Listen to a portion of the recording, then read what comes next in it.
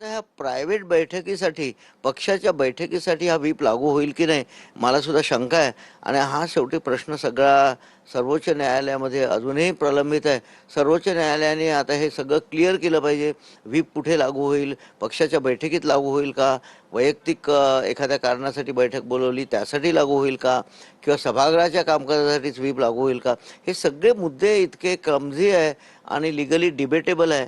हे खरं म्हणजे सर्वोच्च न्यायालयाने हे सगळं आता त्या प्रकरणामध्ये स्पष्ट केलं पाहिजे, कारण हे सगळे मुद्दे त्यावेळेस सुद्धा उपस्थित झालेले आहेत. खरं तर पण या 6 खासदार जे आहेत ठाकरे गटाचे ते एक वेगळा गट स्थापन करू इच्छितात आहेत आणि लोकसभा अध्यक्षांना पत्र देण्याच्या त्या तयारीत आहेत. एकनाथ शिंदे देखील दिल्लीमध्ये आहेत. परंतु या सगळ्या संदर्भात आता ठाकरेंकडे कोणते पर्याय उपलब्ध असणार आहेत की ते या सगळ्या गोष्टी आपल्या हातात पुन्हा वाचवू शकतील? नाही, यामध्ये त्यांनी आता पहिला जे आहे उपाययोजना त्यांना व्हीप जारी केलेला आहे, की म्हणजे ती एक भीती त्यांनी दाखवलेली आहे.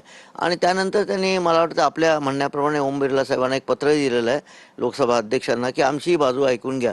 जसं कोर्टामध्ये कॅबिनेट पिटिशन आपण फाईल करतो त्याप्रमाणे निर्णय घेण्याच्या अगोदर आमची बाजू ऐकून घ्या, असं सुद्धा पत्र त्यांच्या प्रतोदांनी लोकसभा अध्यक्षांना दिलेलं आहे.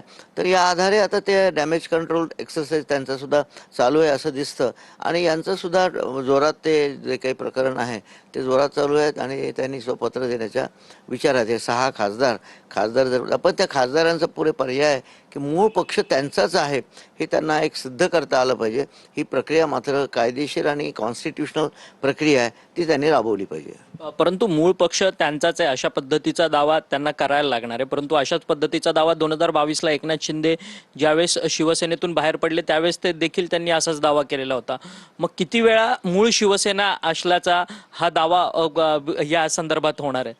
म्हणूनच मला एक या संदर्भातनं मी एक कायद्याचा आणि घटनेचा अभ्यासक म्हणून न्यायालयाचा संपूर्ण आदर राखून, हायकोर्ट, सुप्रीम कोर्ट, त्यांचे जजेस या सर्वांचा आदर राखून मी एक नम्रपणे असं मांडतो की हे कॉन्स्टिट्यूशनचं इंटरप्रिटेशन करणं हे सर्वोच्च न्यायालयाचं काम आहे.